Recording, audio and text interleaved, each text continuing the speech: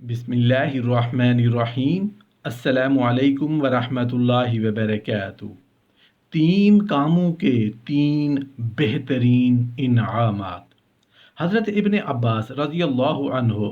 रसूलुल्लाह सल्लल्लाहु अलैहि वआलिहि वसल्लम से रिवायत करते हैं कि आप सल्लल्लाहु अलैहि वआलिहि वसल्लम ने इरशाद फरमाया कि जो बंदा किसी जानी या माली मुसीबत में मुब्तला हो और वो किसी से उसका इजहार ना करे और ना लोगों से शिकवा शिकायत करे, तो अल्लाह ताला का ज़िम्मा है कि वो उसको बख्श देंगे। यानी सब्र का आला दर्जा ये है कि अपनी मुसीबत और तकलीफ़ का किसी से इजहार भी ना हो। और ऐसे साबिरों के लिए इस हदीस में मग़फ़िरत का पुख्ता वादा किया गया है और अल्लाह ताला ने उनकी बख्शिश का ज़िम्मा लिया है। हज़रत कैस बिन सला अंसारी रज़ियल्लाहु अन्हु फरमाते हैं कि मेरे भाइयों ने नबी करीम सल्लल्लाहु अलैहि वसल्लम से मेरी शिकायत की कि ये बहुत इसराफ करता है और अपने माल को बेजा खर्च करता है। मैंने अर्ज़ किया, या रसूल अल्लाह सल्लल्लाहु अलैहि वसल्लम, मैं बाग में अपना हिस्सा ले लेता हूँ और अल्लाह के रास्ता में भी खर्च करता हूँ और जो मुझसे मिलने आते हैं उनको भी खिलाता हूँ। नबी करीम सल्लल्लाहु अलैहि वसल्लम ने मेरे सीना पर हाथ मारकर 3 बार फरमाया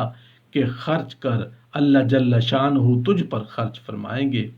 उसके कुछ अरसा बाद सफ़र जिहाद में चला तो मेरे पास सवारी भी अपनी थी और अपने सब घर वालों से ज़्यादा सरोत भी मुझे हासिल थी। यानी जो लोग बड़ी एहतियात के साथ खर्च करते थे उनके पास इतना ना था जितना मुझ बेदरेक करने वाले को पास था।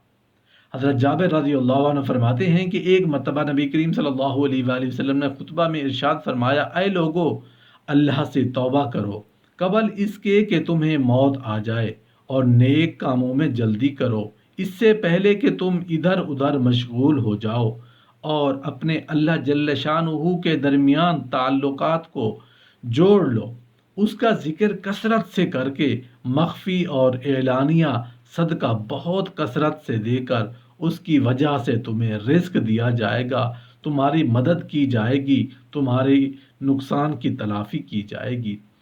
हज़रत अबू कबशा रज़ियल्लाहु अन्हु फरमाते हैं कि नबी करीम सल्लल्लाहु अलैहि वसल्लम ने इरशाद फरमाया कि 3 चीज़ें मैं कसम खाकर बयान करता हूँ और उसके बाद एक बात ख़ास तौर से तुम्हें बताऊँगा, उसको अच्छी तरह महफूज रखना। वो 3 बातें जिस पर मैं कसम खाता हूँ उनमें से अव्वल ये है कि किसी बंदा का माल सदका करने से कम नहीं होता, और दूसरी ये कि जिस शख्स पर जुल्म किया जाए और वो उस पर सब्र करे तो हक़ ताला शानुहु उस सब्र की वजह से उसकी इज़्ज़त बढ़ा देते हैं। और तीसरी ये है कि जो शख्स लोगों से मांगने का दरवाज़ा खोलेगा, हक़ ताला शानुहु उस पर फ़क्र का दरवाज़ा खोल देते हैं। इन 3 के बाद एक बात तुम्हें बताता हूँ कि उसको महफूज रखना। वो ये है कि दुनिया में 4 किस्म के आदमी होते हैं। एक वो शख्स जिसको हक़ ताला शानुहु ने इल्म भी अता फरमाया और माल भी अता फरमाया। वो अपने इल्म की वजह से अपने माल में अल्लाह से डरता है, उसकी खिलाफ मर्जी खर्च नहीं करता बल्कि सिला रहमी करता है और अल्लाह के लिए उस माल में नेक अमल करता है, उसके हकूक़ अदा करता है। ये शख्स सबसे ऊंचे दर्जों में है। दूसरा वो शख्स है जिसको अल्लाह जल्ल शानहू ने इल्म अता फरमाया और माल नहीं दिया। उसकी नीयत सच्ची है, वो तमन्ना करता है कि अगर मेरे पास माल होता तो मैं भी फलां की तरह से नेक कामों में खर्च करता, तो हक़ ताला शानहू उसकी नीयत की वजह से उसको भी वही सवाब देते हैं जो पहले का है, और ये दोनों सवाब में बराबर होते हैं। तीसरे वो शख्स जिसको अल्लाह जल्ल शानहू ने माल अता किया मगर इल्म नहीं दिया, वो अपने माल में गड़बड़ करता है, बेमहल लहू लाभ और शहावतों में खर्च करता है, ना उस माल से अल्लाह का खौफ करता है, ना सिला रहमी करता है, ना हक के मुआफिक खर्च करता है। ये शख्स क़यामत में खबीस तरीन दर्जा में होगा। चौथा वो शख्स है جس کو اللہ جل شانہ نے نہ مال عطا کیا نہ علم عطا کیا، وہ تمنا کرتا ہے کہ اگر میرے پاس مال ہو تو میں فلاں شخص کی طرح خرچ کروں گا، اس کو اس کی نیت کا گناہ ہوگا اور وبال میں یہ اور نمبر 3 کے برابر ہو جائیں گے۔ نبی کریم صلی اللہ علیہ وآلہ وسلم کے ارشاد ہے، صدقہ کرنا مال کو کم نہیں کرتا اور کسی خطا وار قصور کو معاف کر دیتا ہے، معاف کرنے والے کی عزت ہی کو بڑھاتا ہے، اور جو شخص اللہ جل شانہ کی رضا کی خاطر تواضع اختیار کرتا ہے تو حق تعالی شانہ اس کو رفعت اور بلندی عطا فرماتے ہیں۔ اس حدیث پاک میں 3 مضمون وارد ہوئے ہیں۔ پہلا کہ صدقہ دینے سے ظاہر کے اعتبار سے اگرچہ مال میں کمی معلوم ہوتی ہے، لیکن حقیقت میں مال میں اس سے کمی نہیں ہوتی کہ بلکہ اس کا بدل اور نعم البدل آخرت میں تو ہی ملتا ہے، جیسا کہ قرآن کریم کی ایک آیت ہے، جو کچھ تم اللہ کے راستہ میں خرچ کرو گے اللہ جل شانہ اس کا بدل عطا کرے گا۔ اور اس آیت کے ذیل میں حضور اقدس صلی اللہ علیہ وآلہ وسلم کے متعدد ارشادات ملتے ہیں، اور ایک حدیث میں نبی کریم صلی اللہ علیہ وآلہ وسلم کا ارشاد ہے، روزانہ 2 فرشتے یہ دعا کرتے ہیں کہ اے اللہ، خرچ کرنے والے کو بدل عطا فرما اور روکنے والے کو بربادی عطا کر۔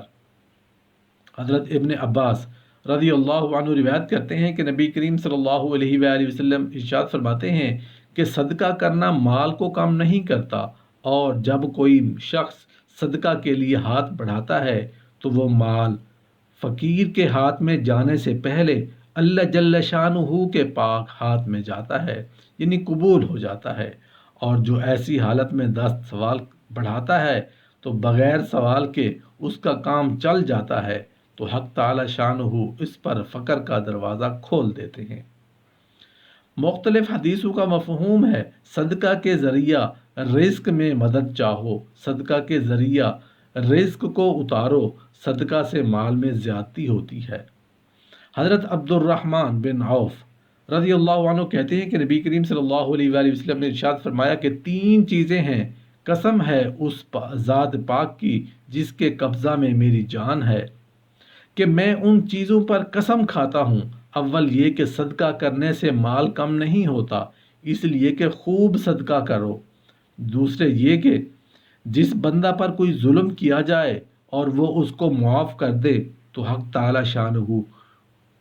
قیامت میں اس کی عزت بڑھاتے ہیں، تیسری بات یہ ہے کہ نہیں کھولتا کوئی بندہ سوال کے دروازے کو مگر حق تعالی شانہ اس پر فقر کے دروازے کھول دیتے ہیں۔